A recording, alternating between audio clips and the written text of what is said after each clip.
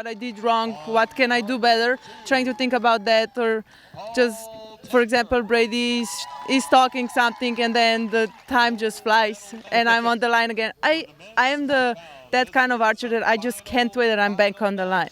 Even during the qualifications, I hate if I am, like, I would just be on all the time. A, B, C, D, that's just too much waiting. Yeah, I think I'm the same. Anyway, congratulations again. And there you have it, ladies and gentlemen, your gold medal winner. Thank you. And our thanks to Crispin Duenas, and our congratulations to Toya Ellison, the winner of the women's recurve gold medal. Now we're into the men's gold medal match, which is already underway between Paul Tedford and Tate Morgan, a couple of boys from the great state of Montana. That's amazing to be in Montana. That's where the Wild family comes. Oh, they're from Idaho. They're just next door. They're next door, yeah. They're next door. They're probably only 1,000 miles apart. But I tell you what, Paul Tedford, who is from Great Falls, and Tate Morgan, who is from Billings, Montana. These two guys, they've gone a long way so that they could, they could have gotten together in the middle of the state in Bozeman, probably shot it out there, but they came down to Alabama, and this is how it ended up, and that's a good group right there. Yes.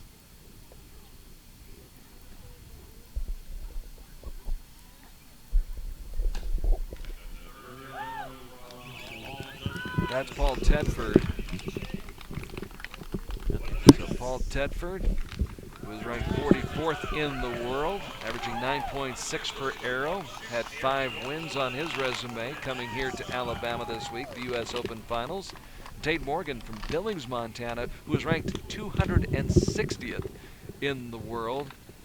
What a week he had. He defeated Logan Wild in the 1/8 round. That's a big win right there. Yes. Then he goes on and he knocks off Braden Gelantine in a quarterfinal shoot-off, which has to be the biggest win of his career. Yes. And then he goes and he beats Alex Whiffler.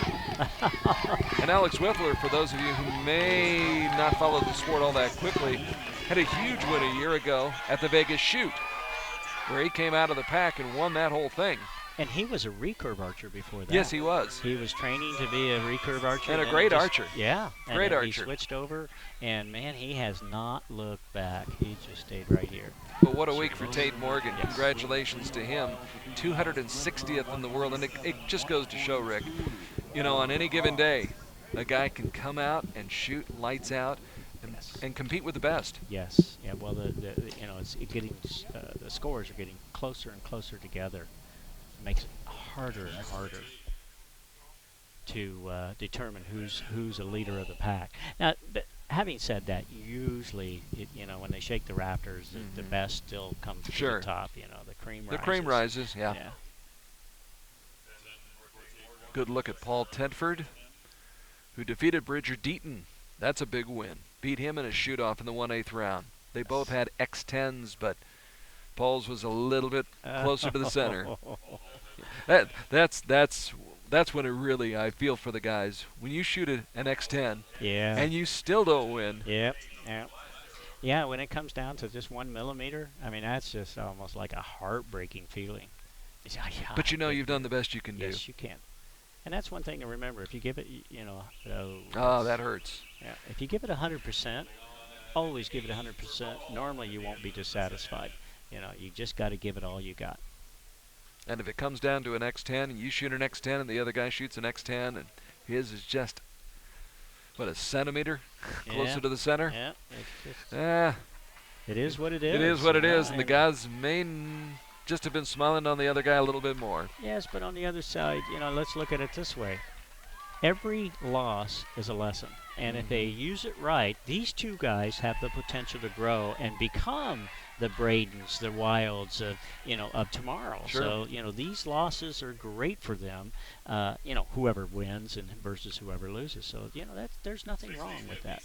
And as they say, in all sport, it takes 1,000 losses before you can even, rack up that first win if you do it right. Tate Morgan on your right in the red shirt, with a 60-57 lead right now in the match over his fellow Montanan, Paul Tedford, who hails from Great Falls, Montana.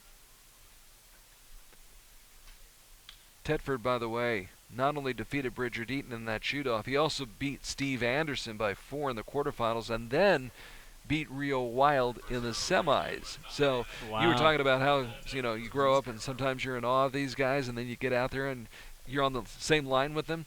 Seems to me the young guys coming along now, they may be in awe, but they get over it pretty quickly. Yeah. And again, there's that attitude of, well, I got nothing to lose. I'll just get up there and shoot the best I can. And then, boom, they did. Look what happens. Look what I found, a gold medal. Yeah, looky here. I've noticed it again. They're I don't know if their timing's off or what, but they're shooting a lot of non-tens, and normally you don't see that. And it could be because their experience is still new, and there's a lot more pressure for them because they're not used to. This is the gold medal batch, Absolutely. and it may be something they've not been in for.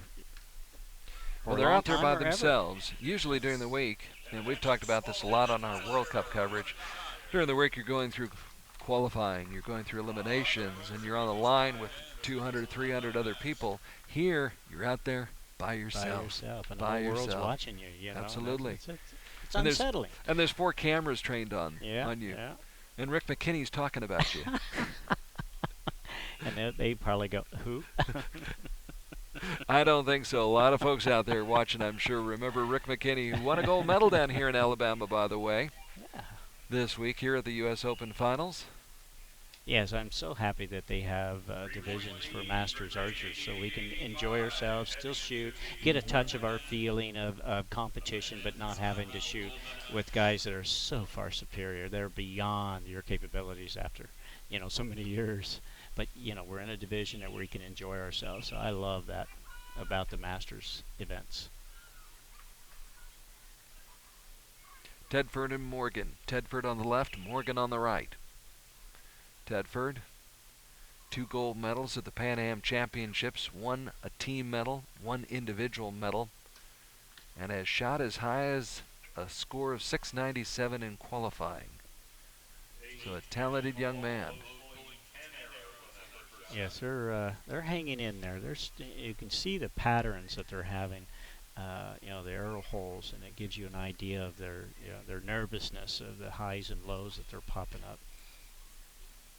And that's just tension in their hand, maybe, or they're just popping these babies right and left. This is kind of uncommon, but in another way, it's normal because, like I said, they're not experienced veterans as the other archers have been. So they're just, this is their first trial at a U.S. Open champion.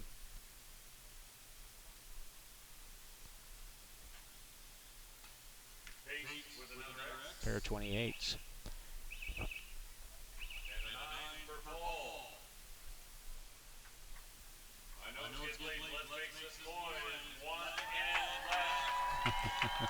So 3 more arrows left to shoot to decide the gold medal here at the U.S. Open Finals.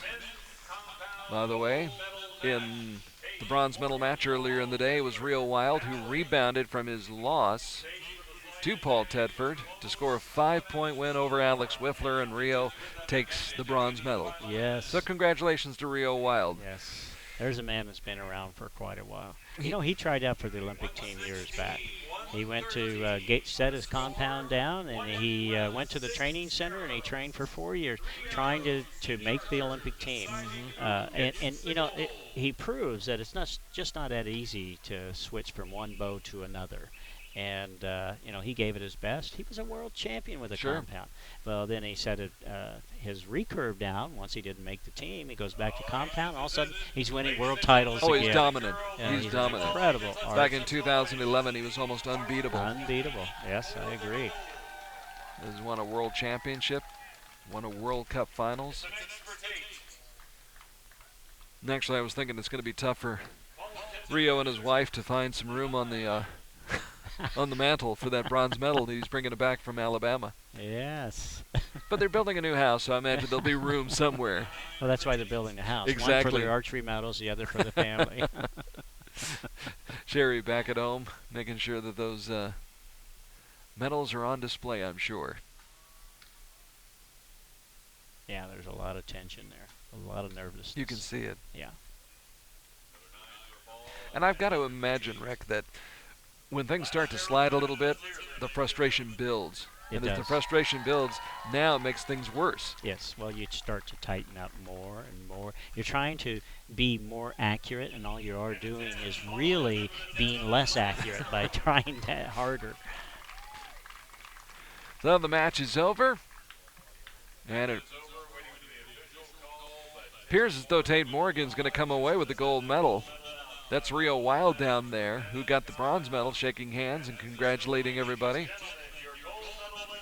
Yes. Tate Morgan is the gold medalist, so the young man from Billings, Montana is going to go home with the gold medal.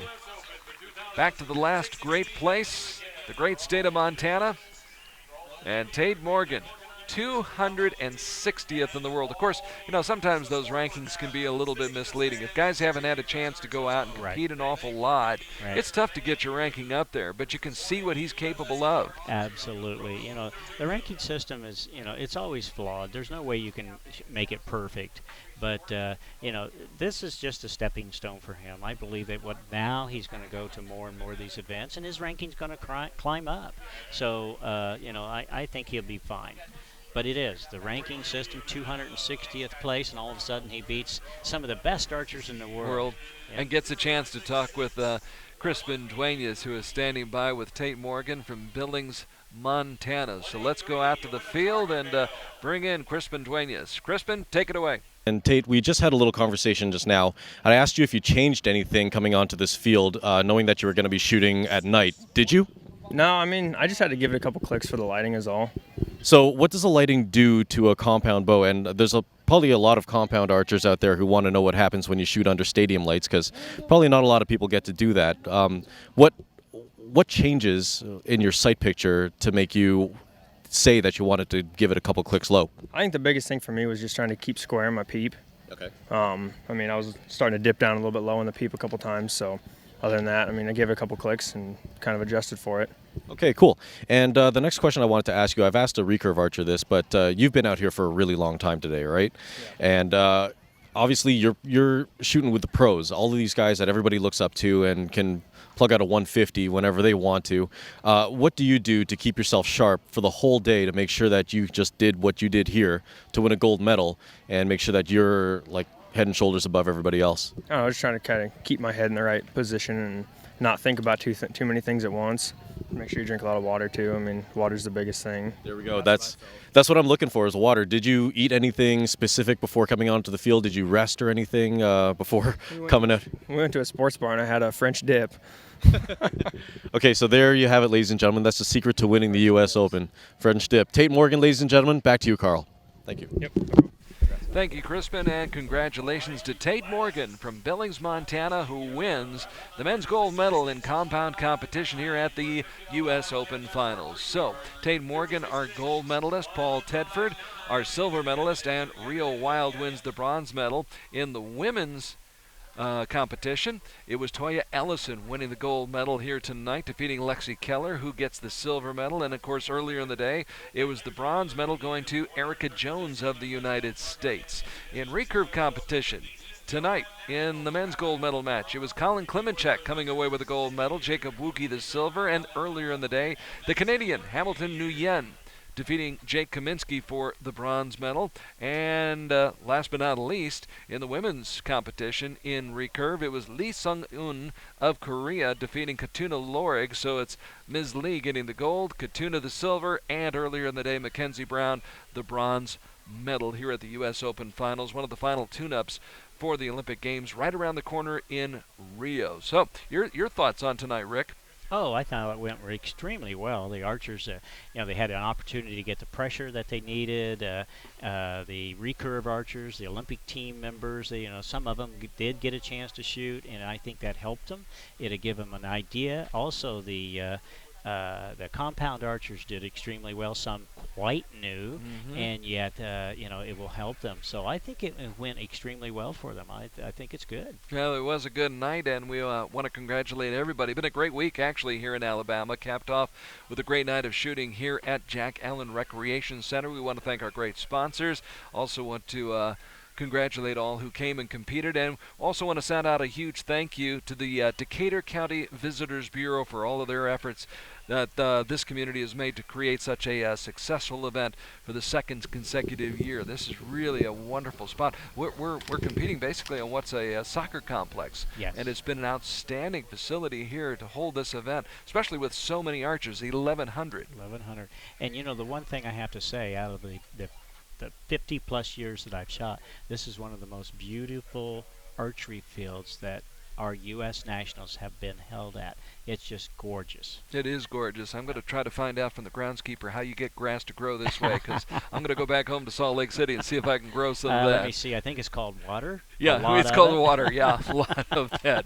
Rick, what a pleasure. Yes, my pleasure. What a too. pleasure. Thanks so much, Rick McKinney, joining us. Now we'll look forward to seeing what happens next month in Rio at the 2016 Olympic Summer Games, which of course will then be followed in September by World Archery's World Cup Finals in Denmark. Till then, until next time, I'm Carl Larkey for Rick McKinney and Crispin Duenas and USA Archery. Thanks for your time this time. Till next time, good night from Decatur, Alabama, and the U.S. Open Finals.